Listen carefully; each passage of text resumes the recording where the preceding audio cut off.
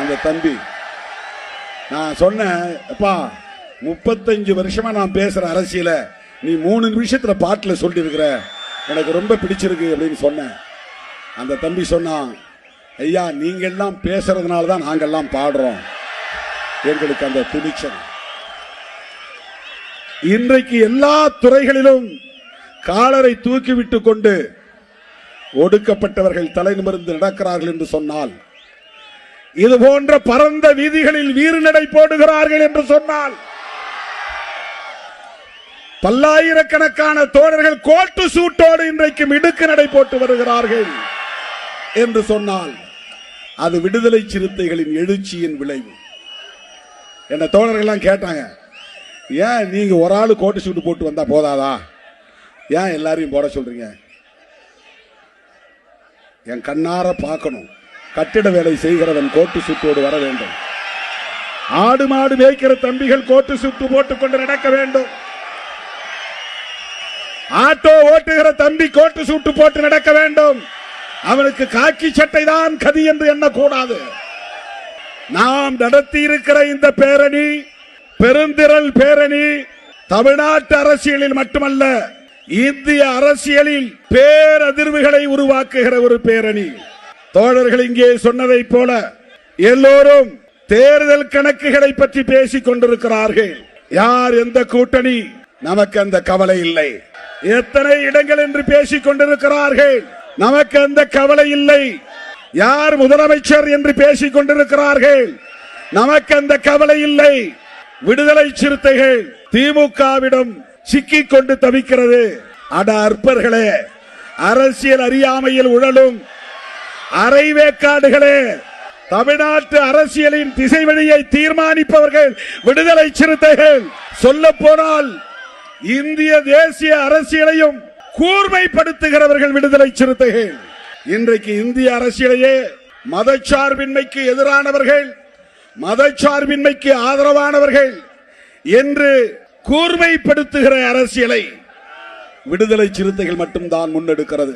இதன் வலிமையை உணராதவர்கள், திருமாவளவனுக்கு அரசியல் பண்ண தெரியல, பேரம் பேச தெரியல, பிளாக்மெயில் பண்ண தெரியல, துணை முதலமைச்சர் வேண்டும் என்று கேட்க மறுக்கிறார். முதலமைச்சர் பதவியை பற்றியே நாங்க கவலைப்படல, துணை முதலமைச்சர் பதவி. எங்கள் தந்தை புரட்சியாளர் அம்பேத்கர் பிரதமரை கைப்பற்றுங்கள் என்றுதான் வழிகாட்டி இருக்கிறார்.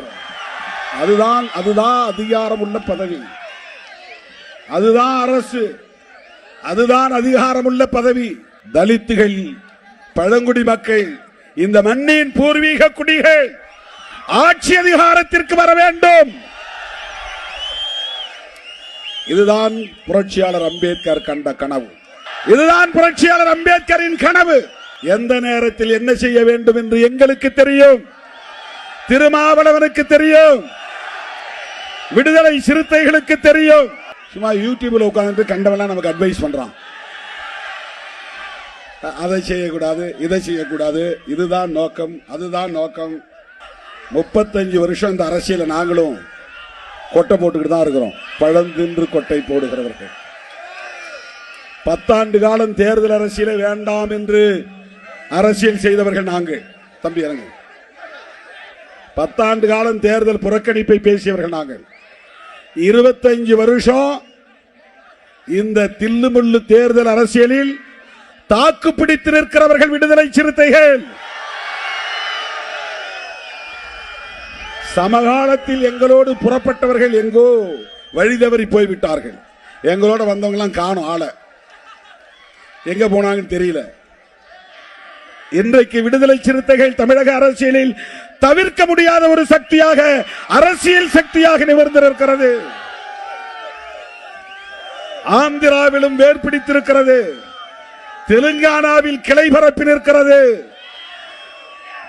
கேரளாவிலும் கர்நாடகாவிலும் மகாராஷ்டிராவிலும் துளிர்விட்டு நிற்கிறது. விடுதலை சிறுத்தைகள் கட்சி இன்றைக்கு எல்லா வரம்புகளையும் கடந்து வளர்ந்து நிமிர்ந்து நிற்கிறது. எங்களுக்கு யாருடைய அட்வைஸும் தேவையில்லை. இதை செய்ய, அதை செய்ய, ஏன் உனக்கு பேச தெரியல, அப்புறம் சில நாதாரிகள் புறப்பட்டு இருக்கிறாங்க. நாதாரிகள்னா என்னன்னு எனக்கு அர்த்தம் தெரியாது, ஆனா சொல்றேன். ஊதாரிகள்னா தெரியும். கம்பெனி இருங்க பாலு. சில நாதாரிகள் புறப்பட்டு இருக்கிறாங்க. நாம இந்த பட்டியல் சமூகத்து மக்களை ஏமாத்துறோமா? இவனெல்லாம் என்ன சொல்றது? இவங்களுக்கு யாரு எப்படி பதில் சொல்றது? இன்றைக்கு தமிழகத்திலே பட்டியல் சமூகத்து மக்கள் தலை நிமிர்ந்து நிற்கிறார்கள் என்று சொன்னால், சமூக தளத்திலும் அரசியல் தளத்திலும் பொருளாதார தளத்திலும் கலாச்சார தளத்திலும் கலை உலகத்திலும் இன்றைக்கு தலை நிமிர்ந்து நிற்கிறார்கள் என்று சொன்னால், விடுதலை சிறுத்தைகளின் எழுச்சிதான் அதற்கு காரணம் என்பதை மறந்துவிடக் கூடாது. தம்பி வேடன் 2 நாளைக்கு முன்னாடி போன்ல பேசினான். அந்த தம்பி, நான் சொன்னேன், அப்பா 35 வருஷமா நான் பேசுற அரசியல நீ 3 நிமிஷத்துல பாட்டுல சொல்லி இருக்கிற, எனக்கு ரொம்ப பிடிச்சிருக்கு அப்படின்னு சொன்னேன். அந்த தம்பி சொன்னான், ஐயா நீங்க எல்லாம் பேசுறதுனால தான் நாங்கெல்லாம் பாடுறோம், எங்களுக்கு அந்த துணிச்சல். இன்றைக்கு எல்லா துறைகளிலும் காலரை தூக்கிவிட்டு கொண்டு ஒடுக்கப்பட்டவர்கள் தலை நிமிர்ந்து நடக்கிறார்கள் என்று சொன்னால், இது போன்ற பரந்த வீதிகளில் வீறு நடை போடுகிறார்கள் என்று சொன்னால், பல்லாயிரக்கணக்கான தோழர்கள் கோட்டு சூட்டோடு இன்றைக்கு மிடுக்கு நடை போட்டு வருகிறார்கள் என்று சொன்னால், அது விடுதலை சிறுத்தைகளின் எழுச்சியின் விளைவு. என்ன தோழர்கள் கேட்டாங்க, ஏன் நீங்க ஒரு ஆளு கோட்டு சூட்டு போட்டு வந்தா போதாதா, ஏன் எல்லாரையும் போட சொல்றீங்க? என் கண்ணார பார்க்கணும், கட்டிட வேலை செய்கிறவன் கோட்டு சூட்டோடு வர வேண்டும். ஆடு மாடு மேய்க்கிற தம்பிகள் கோட்டு சூட்டு போட்டுக் கொண்டு நடக்க வேண்டும். ஆட்டோ ஓட்டுகிற தம்பி கோட்டு சூட்டு போட்டு நடக்க வேண்டும். அவனுக்கு காக்கி சட்டை தான் கதி என்று எண்ணக்கூடாது, கந்தல் துணிதான் கதி என்று கிடக்க கூடாது. காந்தி துணி இல்லாமலேயே இருந்தார், வெறும் உடம்போடு இருந்தார், அது அவருக்கு மரியாதை. சமகாலத்தில் புகழ்பெற்ற தலைவராக விளங்கிய புரட்சியாளர் அம்பேத்கர் அவர்கள் ஒவ்வொரு நாளும் கோட்டு சூட்டோடு தான் வெளியே போவார். அந்த குடும்பம் வறுமையிலே உழன்ற போதும் உடையிலே கவனம் செலுத்தியவர் புரட்சியாளர் அம்பேத்கர். இன்னைக்கு என்னுடைய தம்பிகள் அத்தனை பேரும் என்னோட கோட்டு சூட்டோட நிக்கிறான். Blue shirt, blue pant, white shirt, red tie. அப்படியே அம்பேத்கர் மாதிரி நீ நடக்கணும், அம்பேத்கர் மாதிரி உணரணும். சனாதன சக்திகளே அம்பேத்கர் இறந்து விட்டார் என்று நினைக்காதீர்கள். இதோ அம்பேத்கரின் பிள்ளைகள் இருக்கிறோம், அம்பேத்கரின் கருத்தியல் வாரிசுகள் இருக்கிறோம். எங்களை கூமுட்டைகள் என்று எண்ணாதீர்கள். கண்ணில் விரலை விட்டு துழாவுவோம். அரசியல் எங்கள்கிட்ட பேச முடியாது. அரசியல் பேசிப்பார், வா அரசியல் பேசு.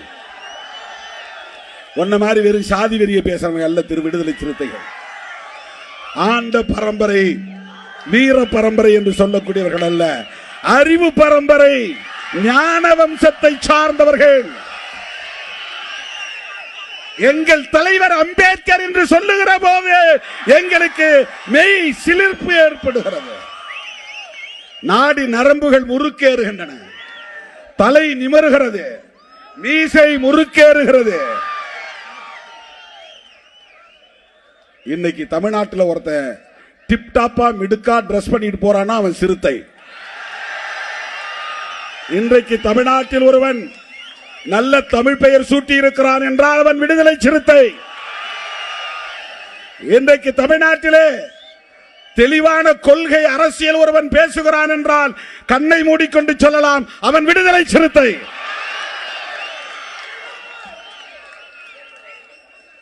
எவ்வளவு தில்லுமுள்ளு அரசியல் என்பது உங்களுக்கு தெரியும்.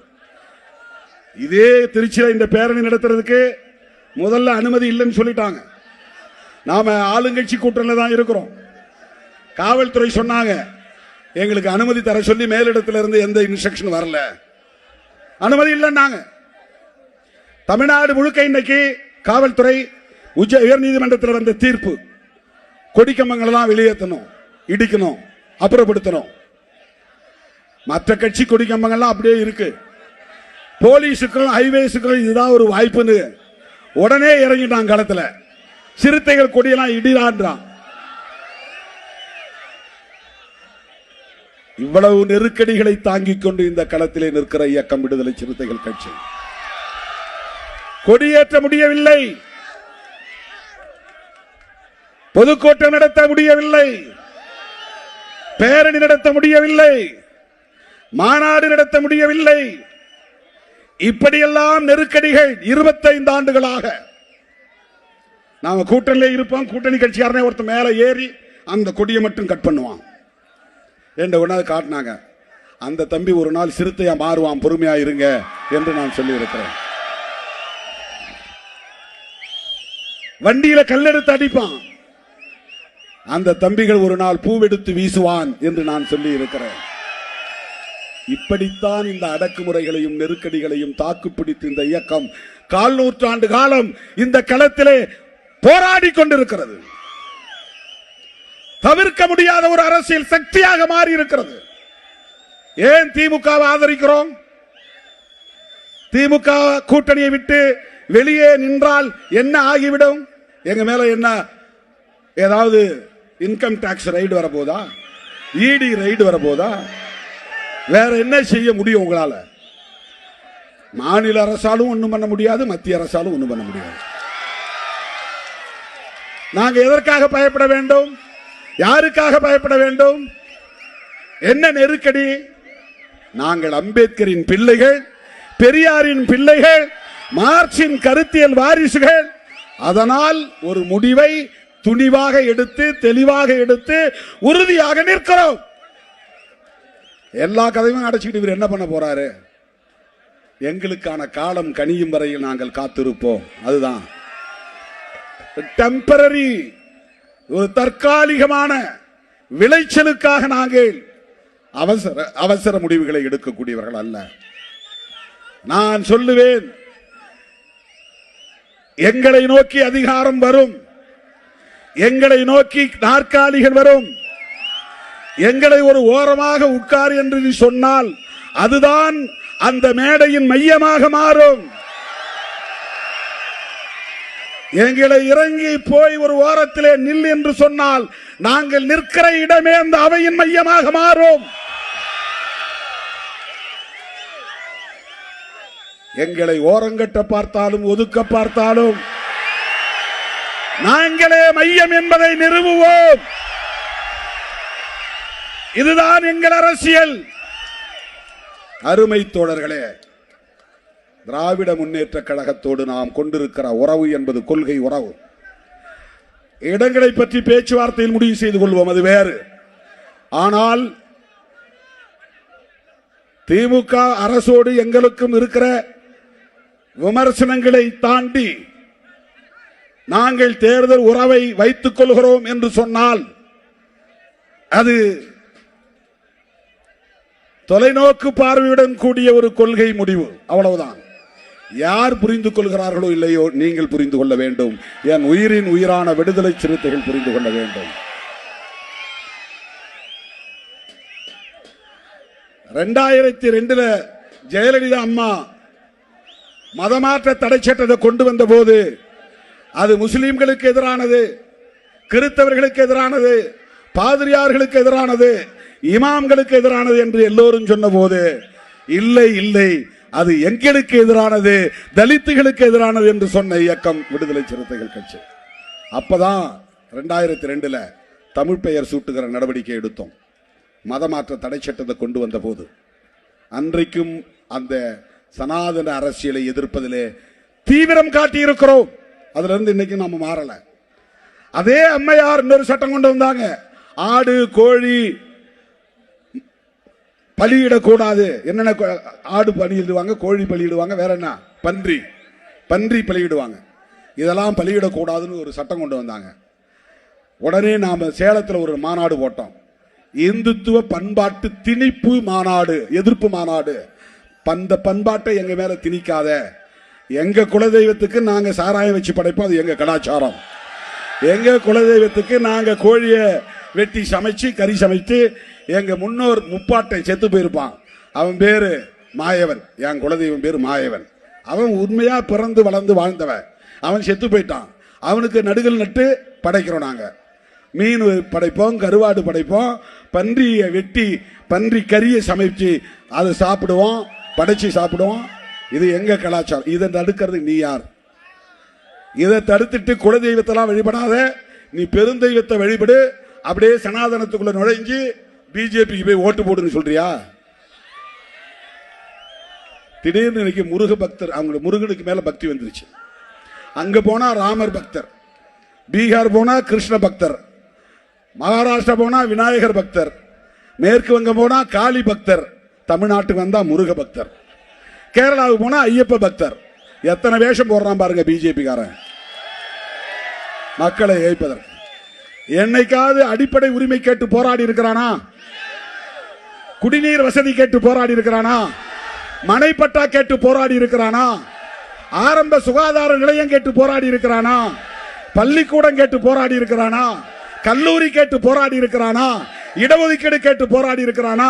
தனியார் துறைகளில் இடஒதுக்கீடு வேண்டும் என்று சொல்லி இருக்கிறானா? நீட் வேண்டாம் என்று போராடி இருக்கிறானா? ஓபிசி இடஒதுக்கீட்டை உயர்த்த வேண்டும் என்று சொல்லி இருக்கிறானா? மதமாறியவர்களுக்கு இடஒதுக்கீடு வேண்டும் என்று சொல்லி இருக்கிறானா? திடீர்னு முருக பக்தன் என்ன கேட்டான்? முருக பக்தன் என்ன, பழனிக்கு போனா அவனுக்கு அங்க பஞ்சாமிர்தம் கிடைக்கும், வாங்கி சாப்பிட்டு வர போறான். இங்க இருந்து நடந்து போறான். முருக பக்தனுக்கு ஒரு கோரிக்கையுமே இல்லையே. நீ எதுக்கு முருக பக்தன் மாநாடு நடத்துற? இதுதான் சனாதன புத்தி, உத்தி, அரசியல். இந்த மக்களை மதத்தை சொல்லி மயக்க பார்க்கிறார்கள். தலித்துகளை இந்துக்கள் தானே. இதே பிஜேபி காரன் தலித்துகள் தெருக்கு தேர் வரணும்னு போராடி இருக்கிறானா?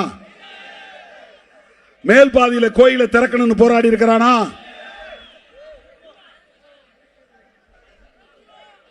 சாதிய வன்கொடுமைகள் கூடாது என்று போராடி இருக்கிறானா? சேரிகளை கொளுத்தும் போது கண்டித்திருக்கிறானா? இங்க வேப்பந்தட்டில கோர்ட் ஜட்ஜ்மெண்ட் கொடுத்துட்டான், ஸ்டே கொடுத்துட்டான். ஒரு 100 மீட்டர் எஸ்சி தெருவுக்கு தேர் வரட்டும்ன்றான். முடியாதுன்னு கலெக்டர் சேர்ந்து தீர்மானம் போடுறான். கலெக்டர் போலீஸ் எல்லாம் சேர்ந்து பழையபடி எப்படி இருந்ததோ அப்படியே இரு. இது என்ன தீர்மானம்? இது கடந்த காலத்தில் எப்படி இருந்ததோ அப்படியே இரு. அப்படியே இருன்னு சொல்றதுக்கு தான் அரசமைப்பு சட்டத்தை நீர்த்து போக செய்கிற வேலையை செய்யறாங்க. அவன் என்ன சொல்லி இருக்கணும்? ஐஏஎஸ் படித்த ஒரு அதிகாரி. அந்த காலம் வேற. 1945க்கு முன்ன இருந்தது வேற. 1950க்கு முன்ன இருந்த இந்தியா வேற. 50க்கு பின்னால் இருக்கிற இந்தியா அம்பேத்கர் இந்தியா.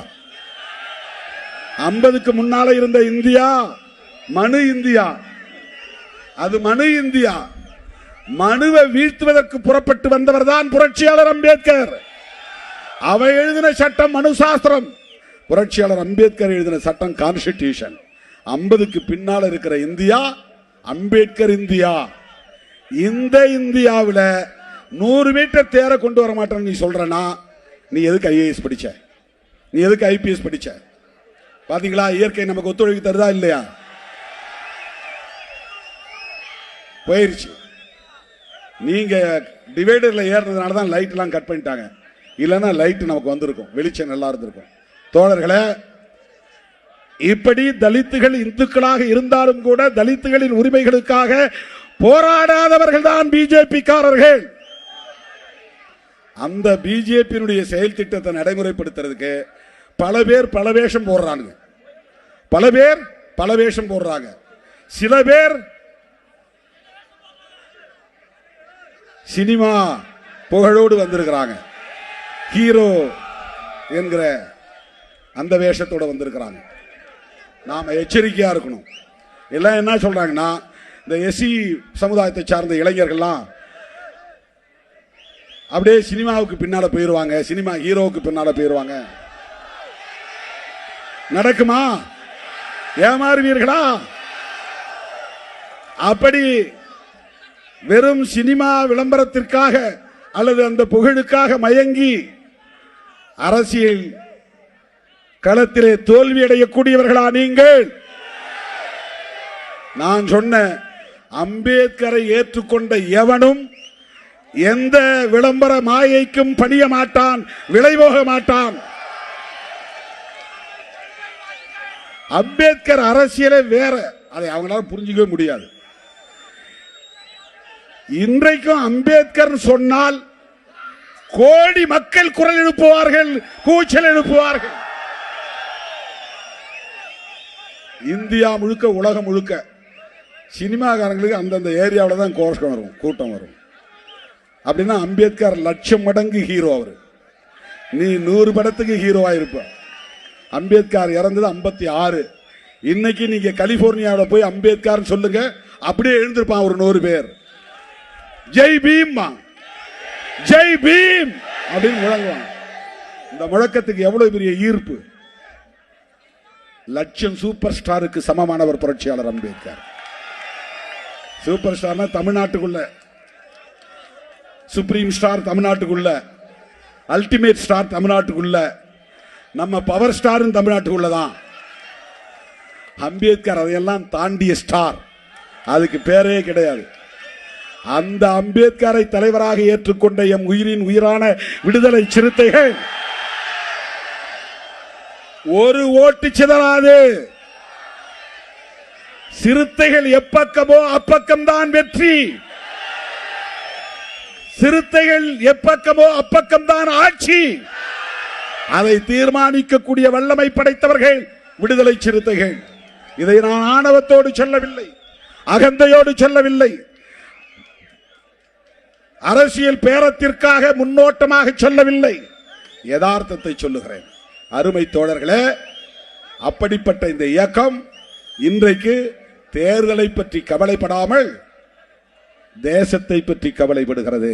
அதுதான் இந்த பேரணி, அதற்கான சாட்சி தான் இந்த பேரணி.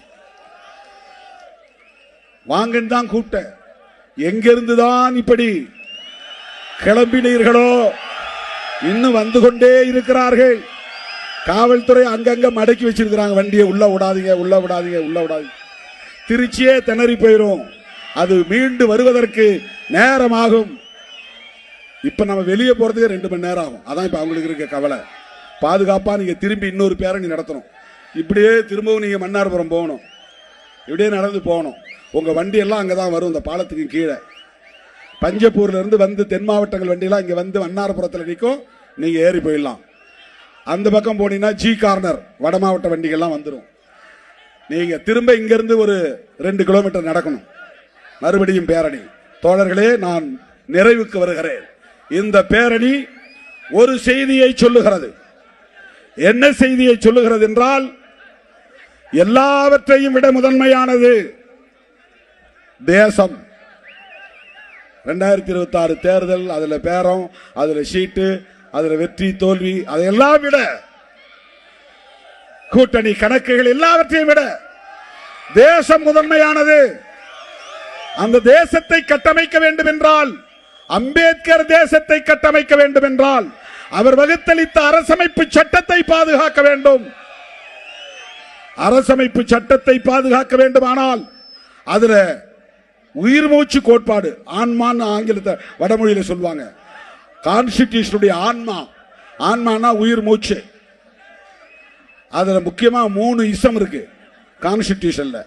1 செக்யூலரிசம், 2 புளூரலிசம், 3 பெடரலிசம். இதெல்லாம் நீங்க தெரிஞ்சுக்கணும், இதெல்லாம் நீங்க சொல்ல தெரியணும். செக்யூலரிசம், பெடரலிசம், புளூரலிசம், இதை தாண்டி 4 பேசிக் ஃபேக்டர் இருக்கு, 4 அடிப்படை கூறுகள்: நீதி, சுதந்திரம், சமத்துவம், சகோதரத்துவம். இதுதான் அம்பேத்கரிசம், இதுதான் கான்ஸ்டிடியூஷன். இதன் அடிப்படையில் தான் புதிய இந்தியாவை கட்டமைக்க போகிறோம். அப்படி உருவானால் அந்த தேசத்திற்கு பெயர் அம்பேத்கர் தேசம். அதுதான் அம்பேத்கர் கண்ட கனவு, அம்பேத்கர் இந்தியா. அதுதான் அம்பேத்கர் உருவாக்க நினைத்த இந்தியா. அந்த இந்தியாவில் சாதி இருக்காது, பாகுபாடு இருக்காது, ஆண் பெண் பேதம் இருக்காது, உயர்வு தாழ்வு என்கிற அகந்தை இருக்காது. உயர்ந்த சாதிதான் நாங்கள் என்று சொல்லுகிற இருமாப்பு இருக்காது. எல்லாம் சகோதரர்களாக நாம் வாழ்வோம். இஸ்லாமியர்கள் எங்கள் சொந்தம், கிறிஸ்தவர்கள் எங்கள் சொந்தம், இந்துக்கள் எங்கள் சொந்தம், சமணர்கள் எங்கள் சொந்தம், சீக்கியர்கள் எங்கள் சொந்தம், பௌத்தர்கள் எங்கள் சொந்தம், யாதும் ஊரே யாவரும் கேளீர். அப்படி ஒரு இந்தியாவை நாம் கட்டமைக்க வேண்டுமானால் அரசமைப்பு சட்டத்தின் உயிர் மூச்சு கோட்பாடுகளில் ஒன்றான செக்யூலரிசம் என்பது பாதுகாக்கப்பட வேண்டும். அதைத்தான் செக்யூலரிசம் என்பதை நாம் என்ன சொல்லுகிறோம் என்றால், எந்த மதத்தையும் சார்ந்திருக்க கூடாது என்பது மட்டுமல்ல, எந்த மதத்தையும் எதிர்க்க கூடாது, எந்த மதத்திற்கும் எதிரான பகையை வளர்க்க கூடாது. அதுதான் செக்யூலரிசம். இன்னைக்கு இந்த அரசு என்ன பண்றாங்க தெரியுமா? நீ இந்து மதத்துக்கு ஆதரவா பேசு, முருக பக்தர் மாநாடு நடத்து, ஐயப்பன் மாநாடு நடத்து, அது பிரச்சனை இல்லை. ஆனால் அவன் செய்யக்கூடிய மிக முக்கியமான முரண்பாடான அரசியல் என்னவென்றால், முஸ்லிம்களையும் கிறிஸ்தவர்களையும் இந்த தேசத்தின் அந்நியர்களாக காட்டுகிறார்கள், பகைவர்களாக காட்டுகிறார்கள், எதிரிகளாக நிறுத்துகிறார்கள். எந்த மதத்திற்கு எதிராகவும் செயல்படக்கூடாது. அதுதான் செக்யூலரிசம். தோழர்களே, குடியுரிமை திருத்த சட்டம் முஸ்லிம்களுக்கு எதிரானது. உறுப்பு எண் 370 நீக்கம் முஸ்லிம்களுக்கு எதிரானது. முத்தலாக் திருத்த சட்டம் முஸ்லிம்களுக்கு எதிரானது. வக்ஃப் திருத்த சட்டம் முஸ்லிம்களுக்கு எதிரானது. ஒரு அரசாங்கம் இப்படி எதிராக செயல்படலாமா? அரசுக்கு மதம் இல்லை. இதை மட்டும் சொல்லி நிறைவு செய்ய விரும்புகிறேன். உலகத்தில் தோன்றிய எல்லா மதங்களுக்கும், எல்லா நாடுகளுக்கும் அரச மதம் உண்டு, இல்லை என்று மறுக்கவில்லை, அதை ஏற்றுக்கொள்கிறோம். இந்தியாவுக்கும் அரச மதம் வேண்டும், அதிலே மாற்று கருத்து இல்லை. ஆனால் எந்த மதத்தை அரச மதமாக அறிவிப்பது? இதுதானே விவாதம் நடந்தது. புரட்சியாளர் அம்பேத்கர் அவர்கள், பண்டிட் ஜவஹர்லால் நேரு அவர்கள், காந்தியடிகள், இவர்கள் எல்லாம், சர்தார் வல்லபாய் பட்டேல் போன்ற தலைவர்கள் எல்லாம் நீண்ட நெடிய விவாதத்திற்கு பிறகு ஒப்புக்கொள்ளப்பட்ட ஒரு அரசியல் தான் செக்யூலரிசம். எல்லா நாடுகளிலும் செக்யூலரிசம் உண்டு, மேற்கத்திய நாடுகளிலும் செக்யூலரிசம் உண்டு, ஐரோப்பிய நாடுகள் அனைத்திலும் செக்யூலரிசம் உண்டு, அமெரிக்காவிலும் கூட செக்யூலரிசம் உண்டு. ஆனாலும் அவர்கள் அரச மதம் என்று ஒரு மதத்தை அறிவித்திருக்கிறார்கள். அதனால் அந்த மதத்தால் எந்த பாகுபாடும் இல்லை. மூட நம்பிக்கைகள் இருக்கலாம், பேய் பிசாசு, அடுத்த பிறவி, இந்த பிறவி, போன பிறவி, சடங்கு சம்பிரதாயங்கள், இது இருக்கலாம். ஆனால் இஸ்லாத்தில் சகோதரத்துவம் இருக்கிறது, கிறிஸ்தவத்தில் சகோதரத்துவம் இருக்கிறது, பார்சியில் சகோதரத்துவம் இருக்கிறது, சீக்கியத்தில் சகோதரத்துவம் இருக்கிறது, பௌத்தத்தில் சகோதரத்துவம் இருக்கிறது, சமணத்தில் சகோதரத்துவம் இருக்கிறது. இந்து மதத்தில் சகோதரத்துவம் உண்டா? அண்ணன் தம்பின்னு உறவாட முடியுமா? எவ்வளவு பெரிய பாகுபாடு! இதையே இந்து மதத்தை உயர்த்தி பிடிப்பவர்கள் சுய விமர்சனம் செய்ய தயங்குகிறார்கள். அம்பேத்கர் எதிர்த்தது ஏன்?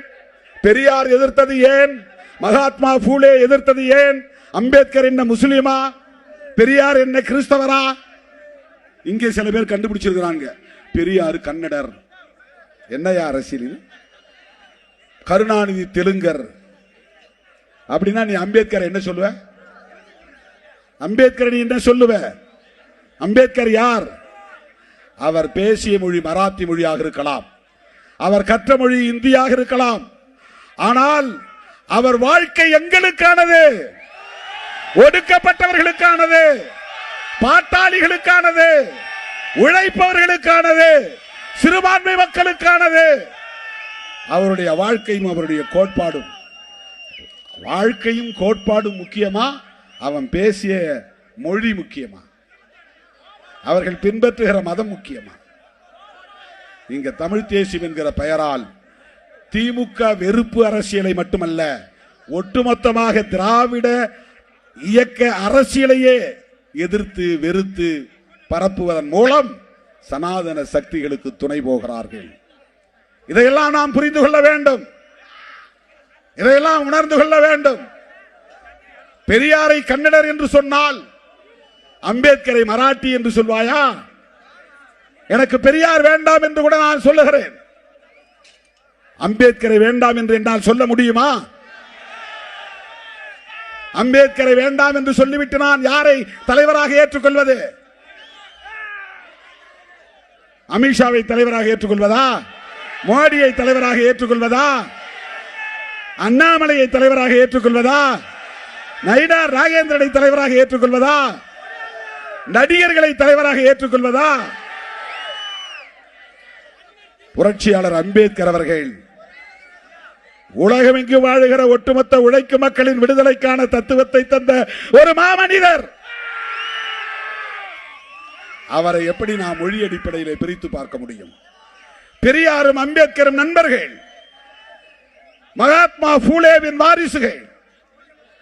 துருவி துருவி போய் பார்த்தால் அவர்கள் அத்தனை பேரும் புத்தரின் வாரிசுகள்.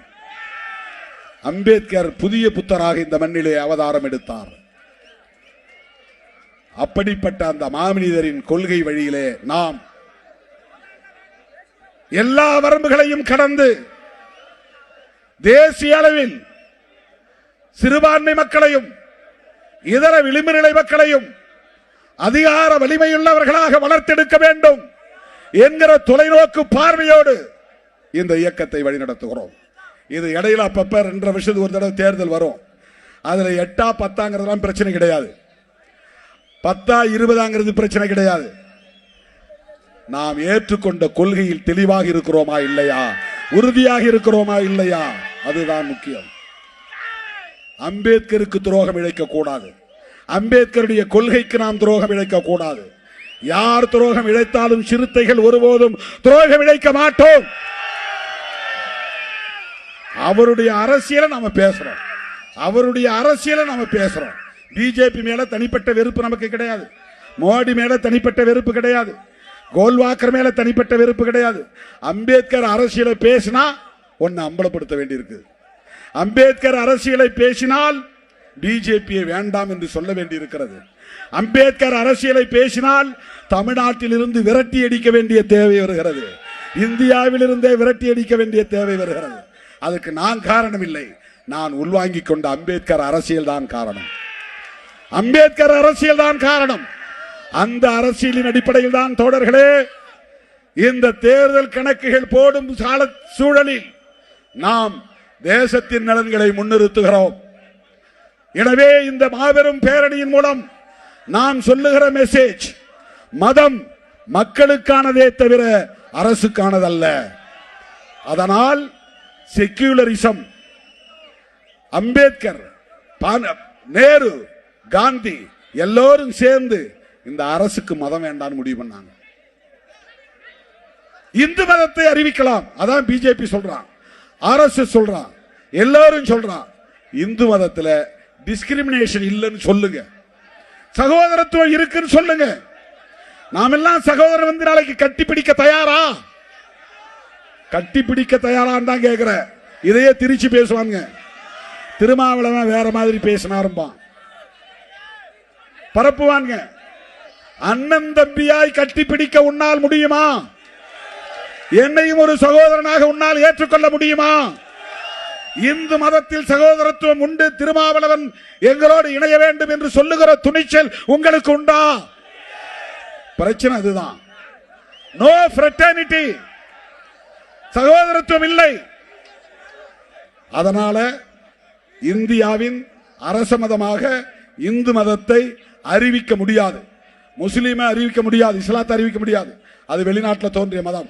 கிறிஸ்தவத்தை அறிவிக்க முடியாது, அது வெளிநாட்டில் தோன்றிய மதம். சமணத்தை அறிவிக்க முடியாது, அது சின்ன மதம். பௌத்தத்தை அறிவிக்க முடியாது, அது கண்ணால பார்க்க முடியாத ஒரு மதம்.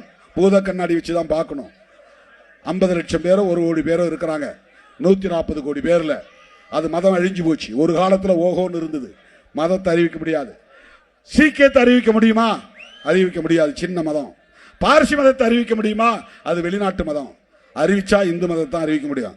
இந்து மதத்துல சகோதரத்துவம் இல்லையே, இந்து மதத்தில் அண்ணன் தம்பி உறவாடல் இல்லையே. அதனால் தானே அம்பேத்கர் வேண்டாம் என்றார், அதற்குத்தானே காந்தி ஒத்துக்கொண்டார், அதைத்தானே நேரு ஏற்றுக்கொண்டார், அதைத்தானே சர்தார் பட்டேலும் வழிமொழிந்தார். அதனால் தானே இந்த அரசமைப்பு சட்டம், அதனால் தானே நம்முடைய அரசு செக்யூலர் ஸ்டேட். இதை தகர்ப்பதற்காகத்தான் தோழர்களே பிஜேபி முயல்கிறது. என்ன அர்த்தம்? வக்ஃப் திருத்த சட்டம் முஸ்லிம்களுக்கு எதிரானது, கடந்து போக முடியுமா? குடியுரிமை திருத்த சட்டம் முஸ்லிம்களுக்கு மட்டும்தான் எதிரானது என்று கடந்து போக முடியுமா? நீங்கள் செய்கிற ஒவ்வொரு செயலும், எடுத்து வைக்கிற ஒவ்வொரு அடியும் எங்கள் தலைவர் புரட்சியாளர் அம்பேத்கர் வகுத்தளித்த அரசமைப்பு சட்டத்திற்கு எதிரான தாக்குதல். எப்படி பொறுத்துக் கொள்ள முடியும்? ஒருபோதும் அனுமதிக்க மாட்டோம். அரசமைப்பு சட்டத்தின் மீதான தாக்குதலை அம்பலப்படுத்துவோம். அவ எவ்வளவு டாக்டிக்ஸா தந்திரமா பண்றான் பாருங்க. அம்பேத்கருக்கு ஜெயந்தி கொண்டாடுவான், அம்பேத்கருக்கு சிலை அமைப்பான், அம்பேத்கர் பிறந்த நாள் கொண்டாடுவான், அம்பேத்கரை போற்றி புகழ்வான். ஆனால் அம்பேத்கர் எழுதிய சட்டத்தை குப்பையிலே தூக்கி வீசுவான், காலில் போட்டு மிதிப்பான். இதுதான் சங்க பரிவாரங்களின் நடவடிக்கைகள். என் உயிரின் உயிரான விடுதலை சிறுத்தைகளே,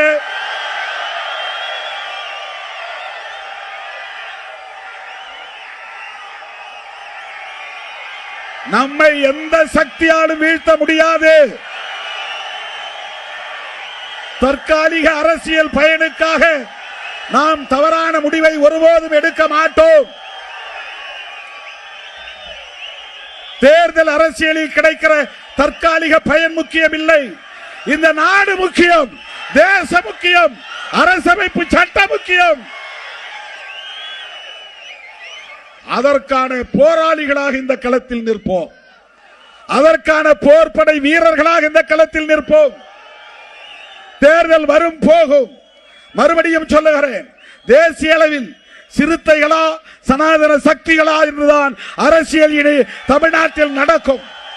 சனாதன சக்திகளா விடுதலை சிறுத்தைகளா என்ற அரசியல் தான் தமிழ்நாட்டில் நடக்கும்.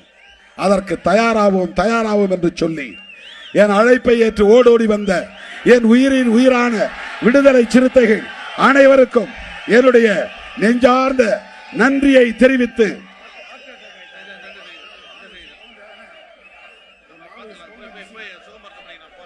உங்கள் அனைவருக்கும் மீண்டும் ஒருமுறை எனது நெஞ்சார்ந்த நன்றியை தெரிவித்து பாதுகாப்பாக அனைவரும் திரும்பி அவரவர் ஊருக்கு போய் சேர வேண்டும் என கேட்டு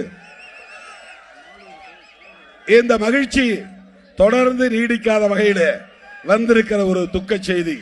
காட்டுமன்னார்குடி எய்யலூர் கிராமத்தை சார்ந்த தம்பி பிரபாகரன் பேரணியில் நடந்து வருகிற போதே மாரடைப்பு ஏற்பட்டு காலமாகி இருக்கிறார்.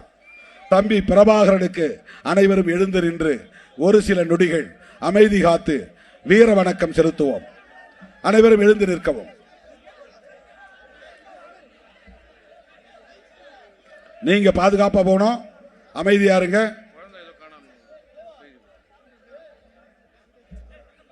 சில நொடிகள் அமைதி காப்போம். அன்பு தம்பி பிரபாகரனுக்கு அகவணக்கம் செலுத்துவோம்.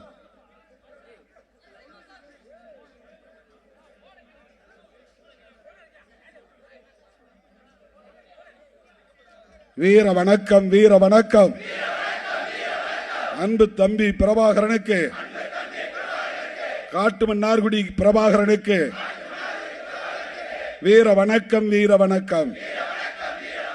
விடுதலை சிறுத்தைகளின் வீர வணக்கம். அதே போல மணப்பாறையை சார்ந்த ஆவாரம்பட்டி நிகில் வடிவேல் அவர்களின் பையன், 4 வயசு பையன், எங்கே இந்த கூட்டத்தில் நான் அதனால தான் பிள்ளைங்கள்லாம் அழைச்சிட்டு வராதீங்கன்னு சொன்னேன். எங்கேயாவது நின்னாங்கன்னா அவங்க அப்பாவுக்கு உடனே தொடர்பு கொள்ளுங்க.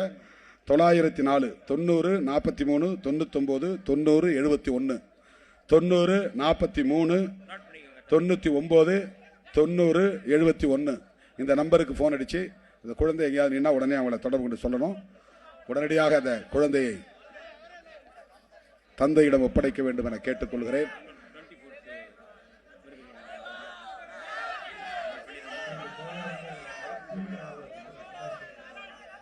இப்போ உங்க யாருக்கும் எழுந்திருச்சு போக மனசு வரலையா? இயக்க வரலாற்றிலே 7.15 நிகழ்ச்சி முடித்தது இதுதான். அனைவரும் பாதுகாப்பாக வீடு திரும்ப வேண்டும் என்று கேட்டு முடிக்கிறேன். நன்றி, வணக்கம்.